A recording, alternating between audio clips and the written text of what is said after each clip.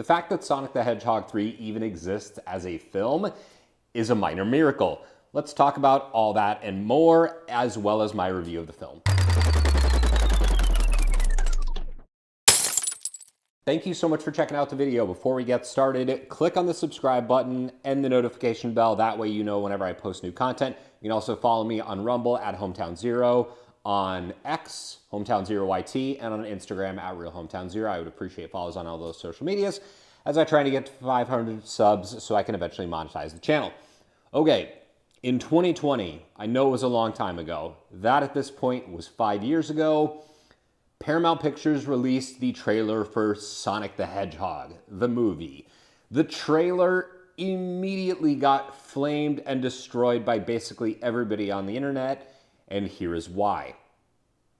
As you can see, picture on the left is what Sonic looked like in the first place. Picture on the right is the final interpretation of the character. So, here's what happened. The internet was pissed. They were like, this does not look like Sonic the Hedgehog whatsoever. Why is he so furry? What is wrong? What in the world is going on with his eye situation? So, Paramount really had a couple of options. They could cancel the movie, which of course was not going to fly. They'd already invested too much. They could release it as is and hope that players of the games and people who enjoy films could get past the hideous look of its main character, who is like in the entire movie, or they could fix it. And they chose the best option, which is they threw a bunch of money at the problem and they fixed it. I believe they delayed the movie as well, and ultimately it was a huge success. Not only did Sonic look like he was much more like he is supposed to, they toned down the furriness like a tiny little bit and fixed his face, mostly his eyes, and then they had the most successful video game adaptation of all time as a result. So it's proof that if you do listen to the fans and do the right thing and fix it, ultimately you can remedy what is a tough situation for everybody involved in making the movie. They don't want to put out a movie that sucks, but the fans know what they need and know what they want, and ultimately the fans were right to be annoyed by this. Of course, in every situation it blows completely out of proportion. However, the look was indeed awful and the finished product was much better. So the movie came out. It was actually pretty good. Threw kind of a bunch of ideas at the wall. The question was, would we enjoy like the humor? How do you make a movie based on what is a fairly shallow video game series? And the movie was a great success. Everybody is good in it. The human characters are what they are. They're just kind of there to help move the plot along. And yet they managed to like turn them into these like heartwarming characters, and they really did build a relationship between Tom, played by James Marsden, and his wife Maddie, and Sonic. And then the movie was successful. But of course it follows this like very kind of formula of, you know, you have our titular alien hero that finds himself stranded on Earth, and then he has to, you know, face off with this like Earth destroying threat. In the first movie, of course, it's Dr. Robotnik, and then we kind of get to see their relationship grow and evolve over the course of several years as of course, like it repeats in the second movie, and they have to face a bigger threat, and they introduce Knuckles, and they introduce Tails, and then the third film rolls around. It's like, okay, what are they going to do with this? Is this going to be any good? And turns out, yes, it is going to continue to be very good.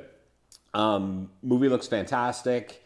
Keanu Reeves actually does like a very good job voicing Shadow the Hedgehog, and they've made this character that is kind of like the anti-Sonic. Instead of growing up with these like loving kind of adopted parents, Shadow has seen nothing but pain and misery and suffering. And I think the movie tells his story really, really, really well. And making the villain, the anti-hero, as it were, such an important part of the story really works in the movie's favor. I think it balances Sonic's relationship with Tom. It balances Shadow's relationship with his past and what is going to be his future. And all of that actually really works well in this movie. And it has a very strong and centered emotional core, which I simply can't believe I'm saying about a Sonic the Hedgehog movie. But this is probably the most like emotionally resonant and grounded movie of all three of them. And I think that's also what makes it the best and most, I don't know if it's going to be, it's not the most financially successful. I think it's the second behind the first film. But the movie really resonated with me in a way I didn't think it would. Shadow is like the original like alien that lands on Earth, and he's being like studied by scientists in a lab, and he builds like a friendship relationship with the granddaughter of the base commander, and that is all like really, really, really well done. And I think it speaks to the success, and it really is the success and heartbeat of the movie, and I think that's great. Obviously, the action is what it is. It's very cartoony, super duper family friendly, and I think it all works really, really well. Now, the movie starts off not bad, but kind of a little like slow on the pacing side, and then really gets a huge uptick with the arrival of probably the most important element of these films from a success standpoint, and that's Jim Carrey as Dr. Robotnik.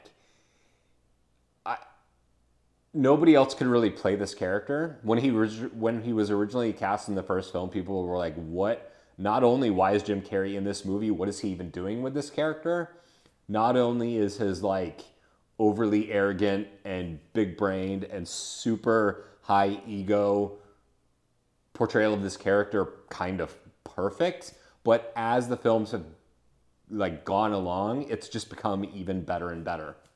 So he's just as awesome as he always is in this movie, and the film really picks up when he arrives on screen along with his sidekick Stone. They also have like this weird kind of Stockholm Syndrome relationship, which is great. So yeah, I really love this movie. It's got a great heart. It looks fantastic. And it really truly understands what a good family-friendly blockbuster film is supposed to look, feel, sound like. And I loved it. So really like Sonic the Hedgehog 3. It's probably my favorite of all three of these films. I think the world of what Jeff Fowler, the director, and his team has done with this film. Again, it's a miracle this movie even exists. We'll see if Paramount manages to run it into the ground. I know they're working on a Knuckles like Paramount Plus series, so we'll see where that goes. Thank you for watching this video. Appreciate it. If you liked it, found it helpful, please consider subscribing. You can also like and share the video. So thanks, and I'll see you next Wednesday at 9 a.m.